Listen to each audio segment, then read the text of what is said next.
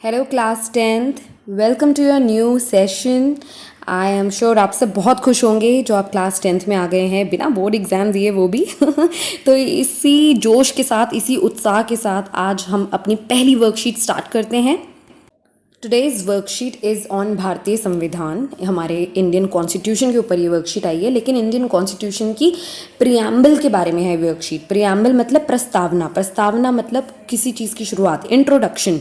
तो हमारे कॉन्स्टिट्यूशन और हमारे संविधान में जो चीज़ें लिखी गई हैं उसका जो स्वरूप है वो कैसा है, वो बताता है हमारे संविधान की ये प्रस्तावना, या इसको हम उद्देशिका भी बोलते हैं। ठीक है, तो आपकी वर्कशीट में आज आपकी उद्देशिका के बारे में आपको कुछ बातें बताई जाएंगी, और उद्देशिका क्या है वो भी यहाँ पे दी गई है। इसमें थोड़ी क्लियर नहीं है, इसलिए मैंने आपके लिए एक पिक्चर ली है, आप इसका स्क्रीनशॉट ले लीजिए। बेशक आपकी एनसीईआरटी की टेक्स्ट बुक के पहले पन्ने पे आप देखेंगे हमेशा प्रस्तावना दी गई होती है, आप उसको देख पाएंगे। अपने सामाजिक विज्ञान की पुस्तक उठाइए, उसमें दिख जाएगी आपको।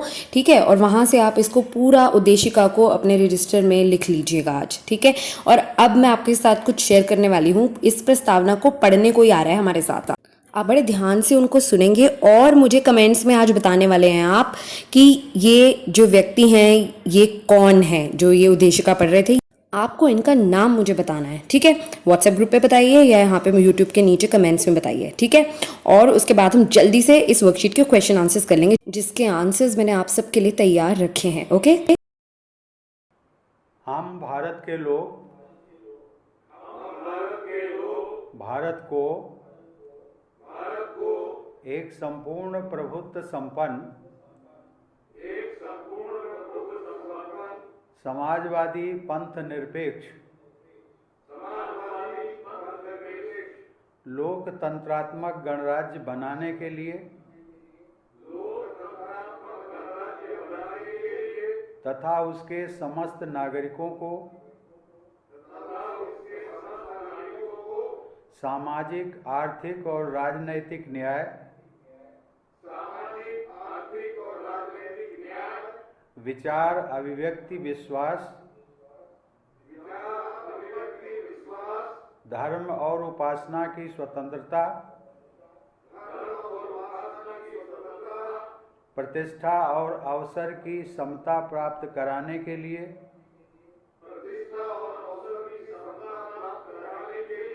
तथा उन सब में व्यक्ति की गरिमा और राष्ट्र की एकता और अखंडता सुनिश्चित करने वाली बंधुता बढ़ाने के लिए दृढ़ संकल्प होकर अपनी इस संविधान सभा में आज तारीख 26 नवंबर 1949 ईस्वी को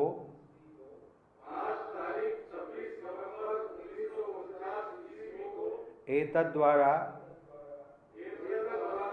इस संविधान को अंगीकृत, अधिनियमित और आत्मार्पित करते हैं। मैं आशा करती हूँ आपने इस संविधान की प्रस्तावना को बहुत ध्यान से सुना होगा बेटा, और साथ ही साथ जो ये व्यक्ति हैं जिन्होंने इसको पढ़ा है अभी आपके सामने, मैं चाहती हूँ आप सब इनका नाम जो है वो नीचे लिखें ज़रूर और मुझे बताएं। ठीक है, ताकि आप भी अगर नहीं जानते हैं तो आपके लिए जानना तो बहुत ज़रूरी है। ठीक, प्रश्न उत्तर करने से पहले हम प्रस्तावना के कुछ बातें जान लेते हैं। प्रस्तावना के 4 घटक हैं। ठीक है, जो हमें प्रस्तावना के बारे में बताते हैं वो क्या है। सबसे पहली बात, यह इस बात की ओर इशारा करता है कि संविधान के अधिकार का जो स्रोत है वो भारत के लोग हैं।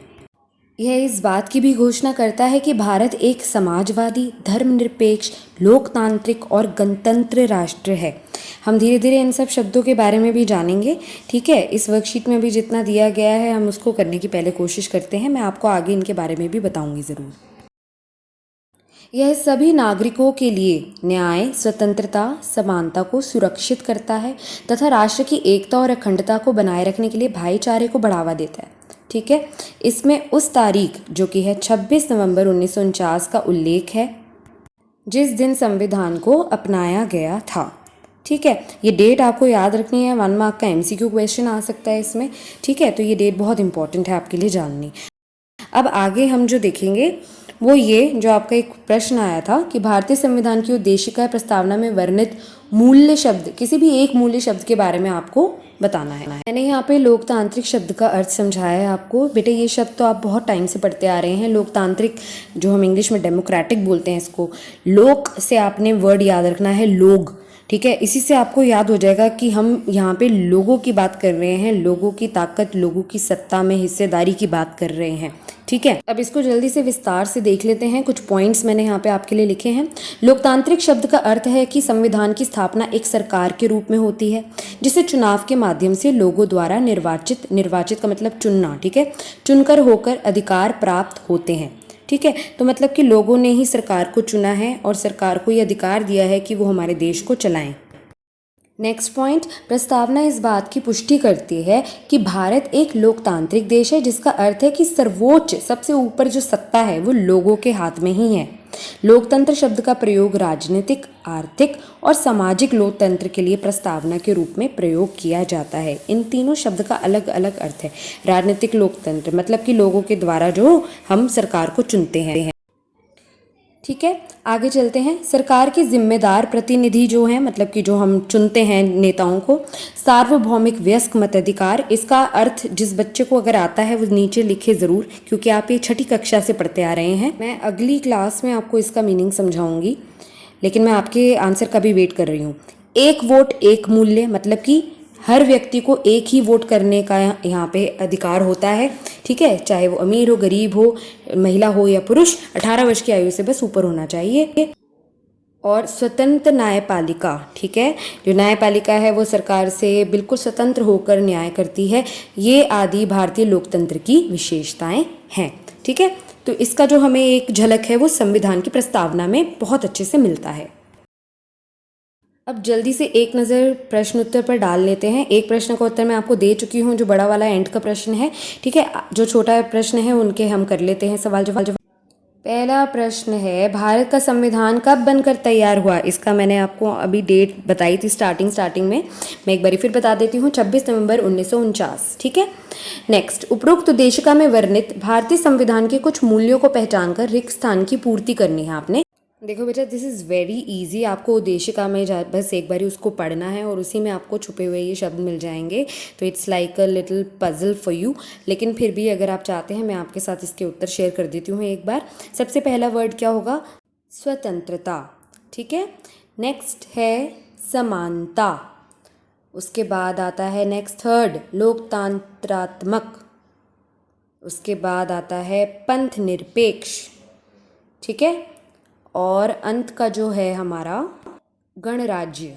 गणराज्य मतलब रिपब्लिक, मतलब कि जो हमारा हेड ऑफ द स्टेट है वो चुना जाता है, उसकी जो सीट है, उसका जो पद है वो हेरिडिटरी नहीं है। हेरिडिटरी मतलब कि वांशिक नहीं है। ठीक है बेटा, आपको इस वर्कशीट से जुड़े कोई भी और सवाल पूछना है आप नीचे कमेंट्स में लिख सकते हो, नहीं तो मुझे व्हाट्सएप कर सकते हैं। आपके लिए एक छोटा सा होमवर्क है, आपको बताना है इन सभी शब्दों में से 3 मूल्य शब्द ऐसे हैं जो संविधान में बाद में, आपको पता लगाना है वो 3 शब्द कौन से हैं जो संविधान में बाद में जुड़े थे। I hope you like the video, please like it and share it, और मेरे चैनल को सब्सक्राइब ज़रूर करें ताकि आपके साथ मैं लेटेस्ट वीडियो शेयर करती रहूँ।